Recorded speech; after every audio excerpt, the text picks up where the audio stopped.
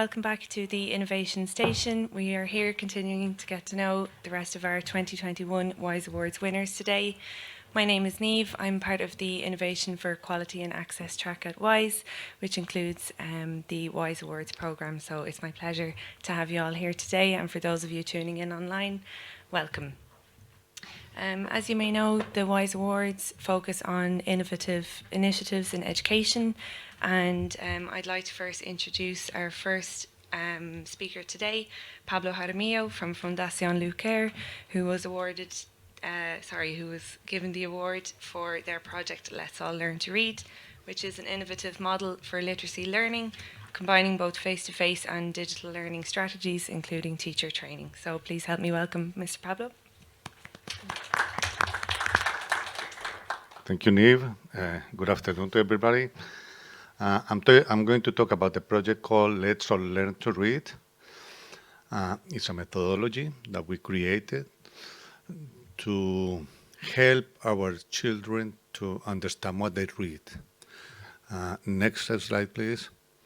As you can see in the screen, this is the average of the in PISA test, the average results in PISA test in every continent. And as you can see, in South America, we are well behind the rest of the world. And it's about 60 to 90 points behind Asia and North America. That means like 2 years of schooling. 2 years. So our children in 5th grade, they learn more or less the same that children in 3rd grade in Europe or in America. So they are losing time. And in the standardized tests in Colombia, they perform more or less the same. The results are, the problem is that the 51% of the children don't understand what they read at the age of 10, when they are in 5th grade. And if you look at this population, in the lowest socioeconomical level, the lowest, this number can be like 70%. So poor children are not learning to read. So this is the problem that we want to solve.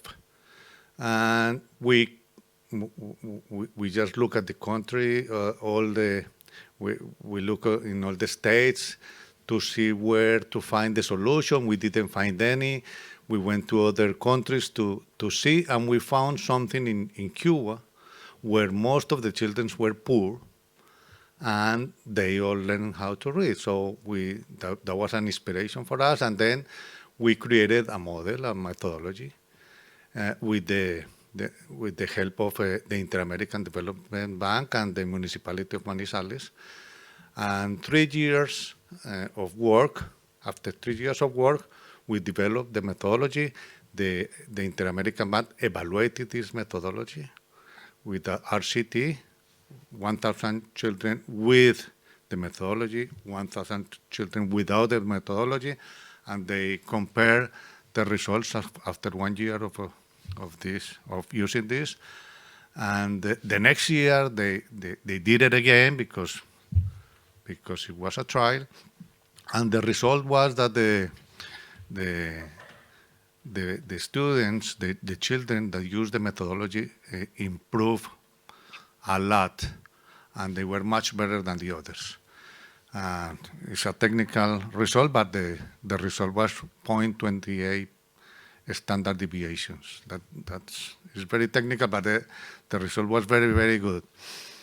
So with that in mind, with this result, now we took this methodology and implemented in all the schools in Manizales. It's a small city,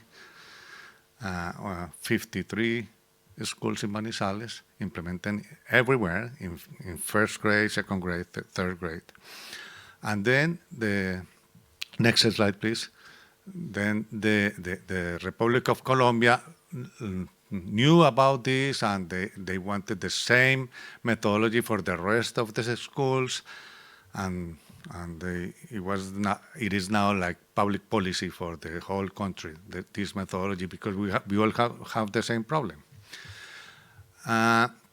Why do the children don't learn? Why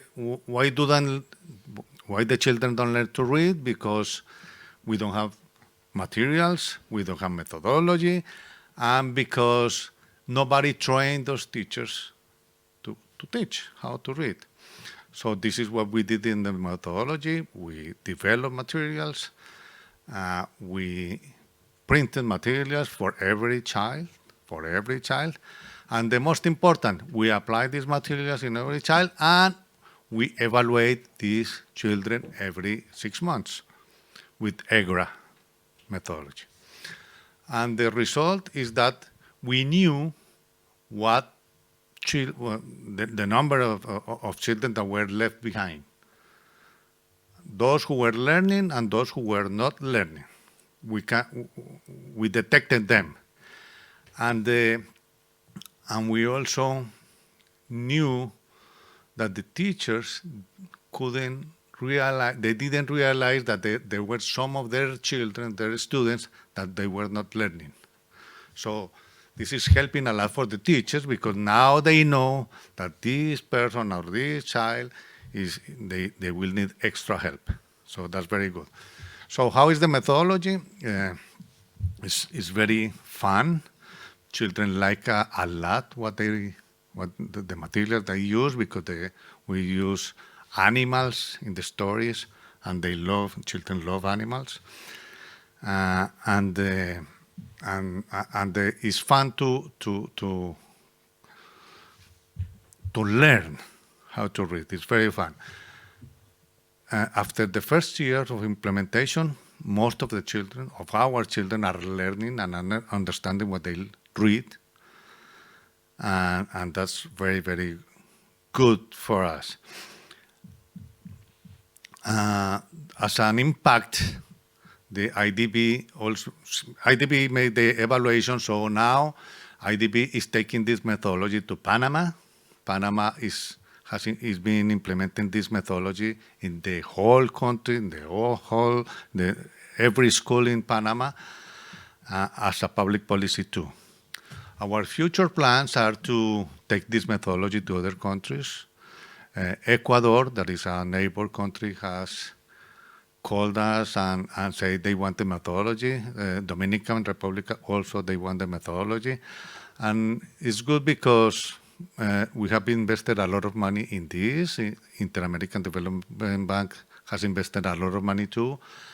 And it's a pity that only, well, let's say, 700,000 children benefit from it, because it can be 2 million, 3 million, 4 million, because South America, most of the countries, they speak Spanish, so they can use the same materials and the same methodology for all of them. So those are our future plans. I think this is an innovation because it's fun, because children use the materials a lot, and because this makes life a lot of easier for the teachers, a lot of easier. So they love the methodology too. It's not extra work for the teacher. It's the solution, because it's, we tell them what to do day by day, day by day. We tell them with the methodology what the number of children that they have behind, and we use extra tutoring, for example, just to help these children to catch up. Because, as you all know, all the children learn at different pace, different speed.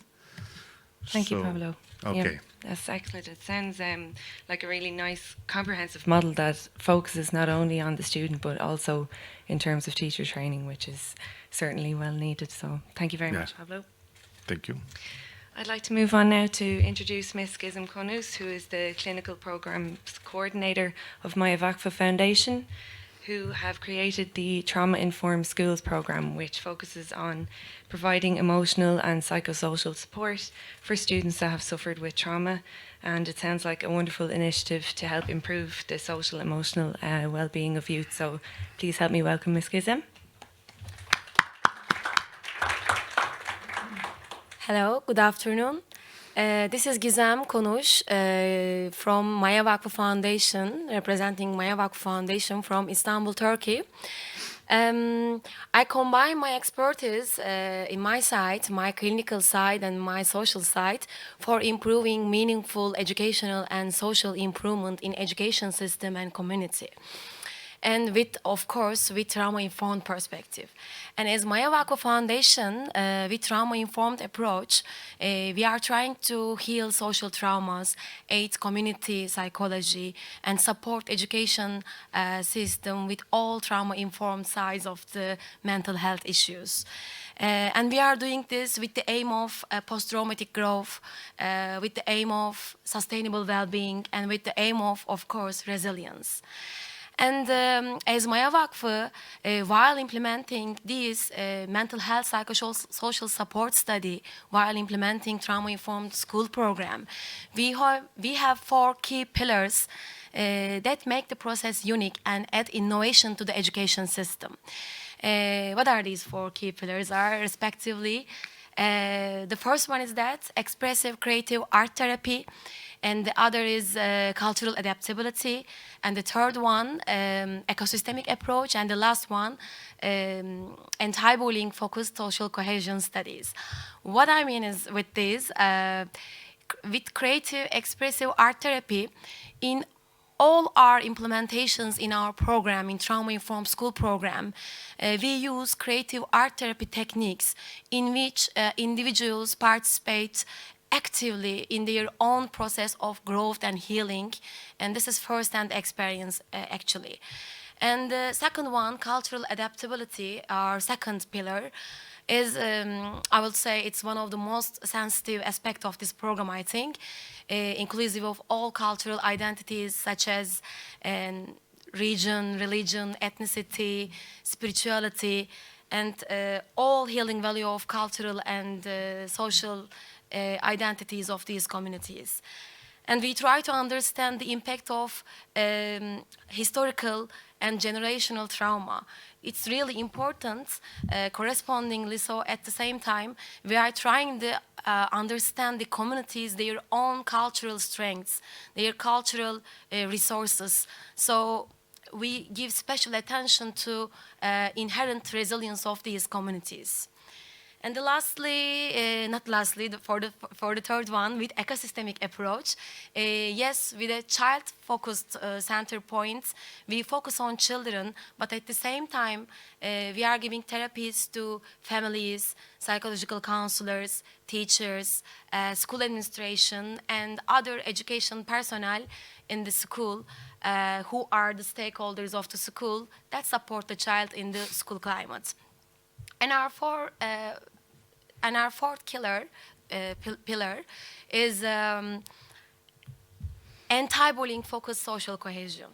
I can describe this program, it's an extension of trauma-informed school program, and with this program we are aiming to improve social cohesion in schools by campaigning against peer bullying in school climate. While these 4 pillars made us strong during the process, of course, we had some challenges. And what were these challenges and how did we deal with them in a constructive way?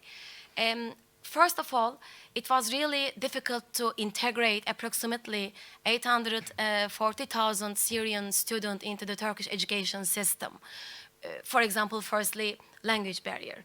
And also, children had little to no formal education, so their age didn't match what the grade they should have been in. So they couldn't coexist in harmony.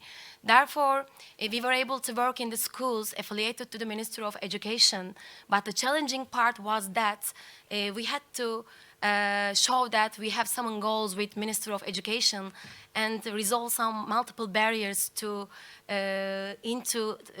take part into the Turkish education system. And but what happened? The more significant and the more visible the results we got, the more the system evolved so that we could access wider communities. This is exactly the point for the very reason I want to emphasize that where this program gets its strength from? It gets its strength from the field itself. We just learned firstly the needs of the field, then through multiple adaptations we shaped a dynamic program. And it evolved, and we made it a more cultural adaptive way. As another area, another area of challenge, I can mention about general perception about trauma. When it comes to trauma, we always consider trauma as major life events like abuse, harassment, natural disaster, or loss of a loved one. But it's not always the case. Most of the time, not being heard and not being seen as a child is also a trauma. And usually, there is always a really healthy, really functional individual in a traumatized person who has never had the opportunity to express himself.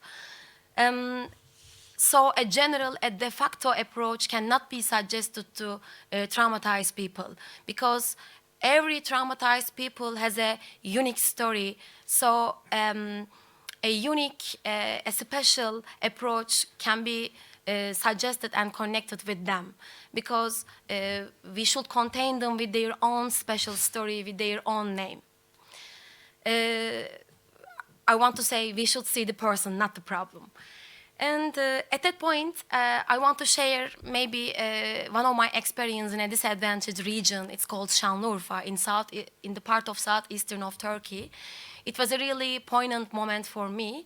Think of about 2 children who were experiencing bullying at school, and because of a condolence after the death of a Syrian family, they came together at the Syrian family's home place.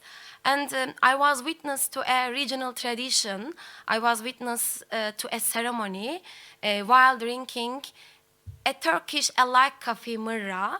The point was that they were drinking this coffee, Turkish-alike Kafimura, from a common single cup. But the point is that mırra means bitter, and drinking the mırra, this coffee, from the same single common cup by turn means actually I share your pain, I share your grief. So this semantic association and this common cultural value allowed the parents to let their children to get along well. And this picture shows us that we are the members of species that share in our difficulties, our sorrows, our hopes and joys. And I think this kind of stories also take us to the point, to a future-oriented point for extension of trauma-informed school program. It's essential that all educators or psychological counselors or all professionals should know more about trauma. So we should improve, we should empower the trauma-informed approach in different disciplines, in different institutions in the society, as well as in the schools. Carrying this cultural sensitivity across the borders is important under the umbrella of trauma-informed school program. And I want to finalize my words while saying that we are here, we are all together here to heal each other. We heal in community. So it's important that we have got to start to seeing each other for what happened to us and not what's wrong with us. Because our creativity and our resilience don't come from our trauma, but it comes from our vulnerabilities. So thank you for listening to me. Be healthy, pursue your authentic self, and thank you. Shukran lakum. Thank you, Gizem. I think it's really nice to hear, that trauma-informed schools, it's not just only focused on the student, but also, as you said, on the parents and the wider community. I think it's sounds really lovely. So thank you. Finally, I would like to introduce Danielle Zia, who is the head of strategy at Arenda Welfare Trust, who designed Talimabad, which is Urdu for City of Education. They provide an educational suite offering an animated education series, Talimabad books, their own app, and even their own network of schools. So please help me welcome Mr. Danielle.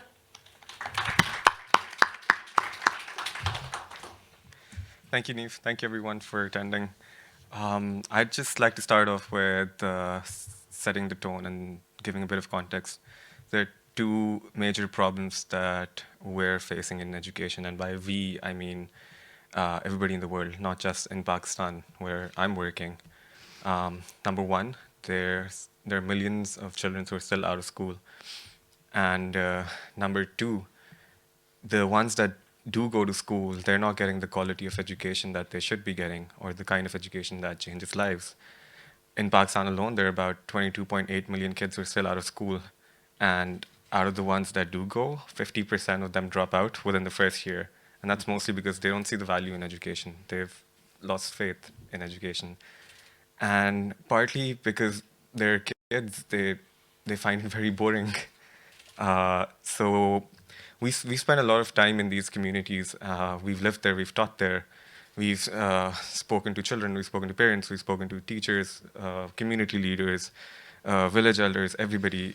And at the same time, while we were traveling around these areas, we also noticed this burgeoning ecosystem of smartphones and mobile internet that was spreading like wildfire.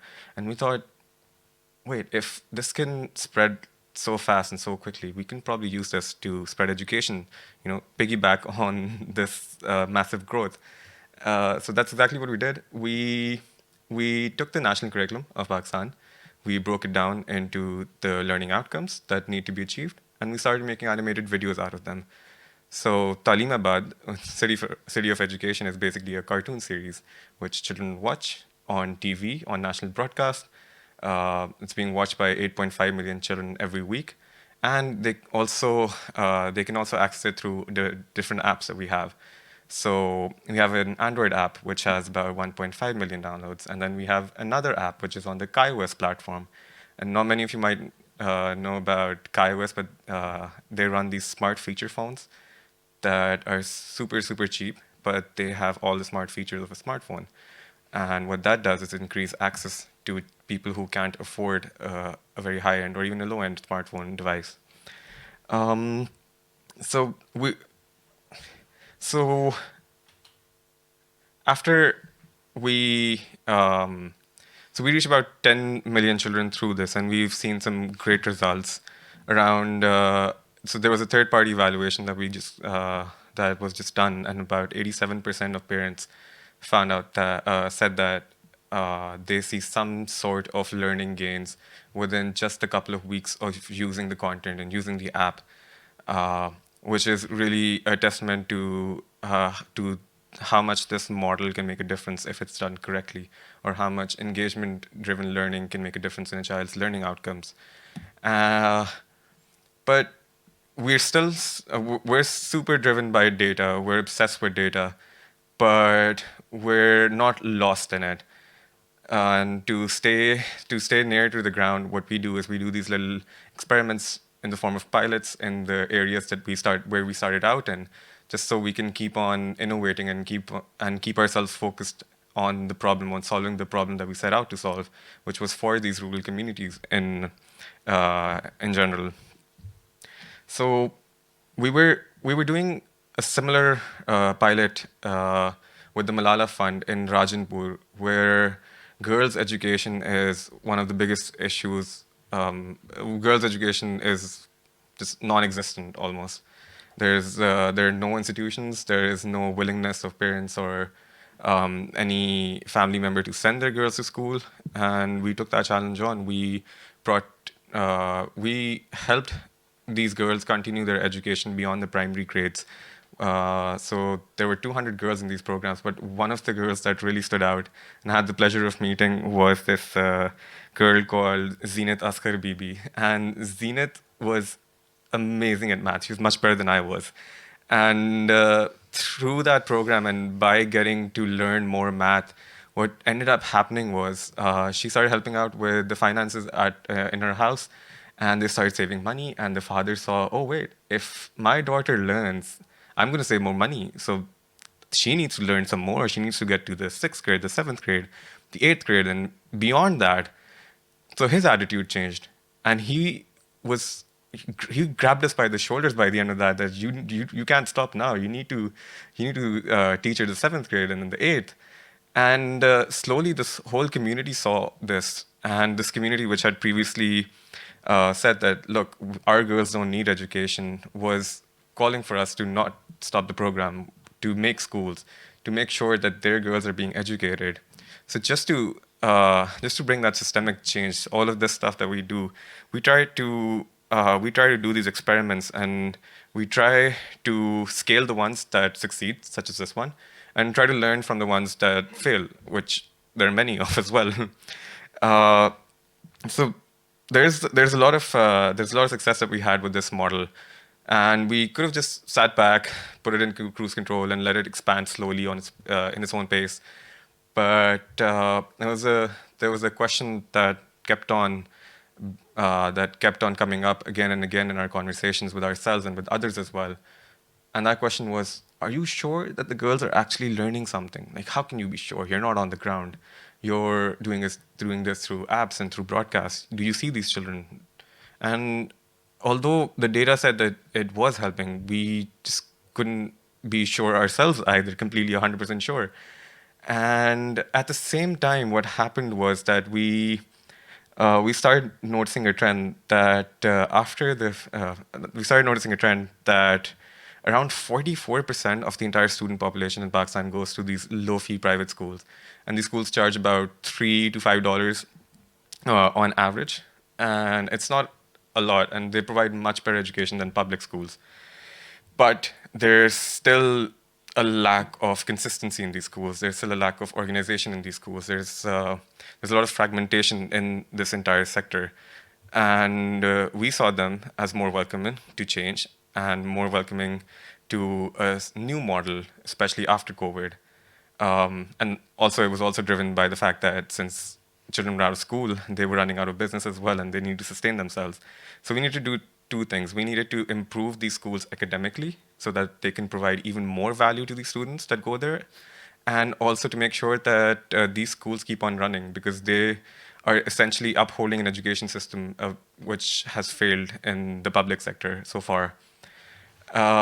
And just like before, that's exactly what we set out to do. We started working with these schools. We provide them with a platform where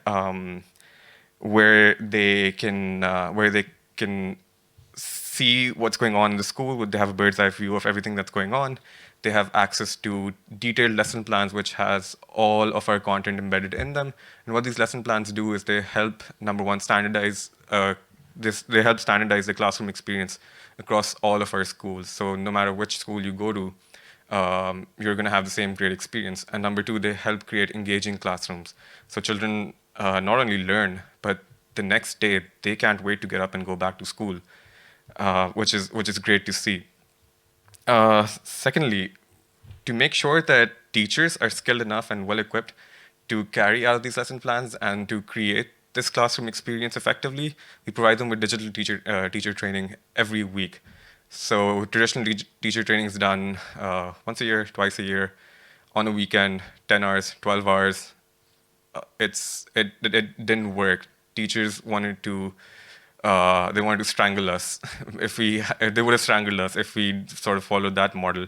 So we thought, if we can make education interesting for children, we can also make teacher training interesting as well. And we don't need to do it in one day. We can spread it out throughout the year according to the academic calendar. And so we turned it into sort of a game format. And now 90% of those teachers finish that training as soon as it goes out that week, within the first hour. And they're competing against each other to do that. So we're running, and with the school owners, what we're doing is that we're helping them enroll more schools. So the Talia brand, since it has about 10 million viewers and users across Pakistan and across the world now, there's a certain credibility attached to us. And as soon as somebody sees a Talia school, they want to enroll their children to that school because they know they'll get a good quality education and that they won't have to force their child to go to school. Now, moving forward, we don't want to stop at Pakistan. We want to solve this problem globally. And to do that, we'll need to keep this as we'll need to keep this model as lean as possible and as tech-driven as possible, as data-driven as possible, but still keep going back to these communities, still having our feet on the ground from time to time to make sure that we're focused on the problem and that every child gets to go to school, every child gets to get a great education, and if not that, then we can take the school to the child. Thank you, Danielle. Looking forward to seeing how it's going to move forward in the future. That's all we have time for today, guys. Thank you so much for joining. It's been really good to listen to how you've, you're going to move forward with the WISE Awards community in general, and we look forward to seeing what's happening next. Thank you. Thank you. Thank you.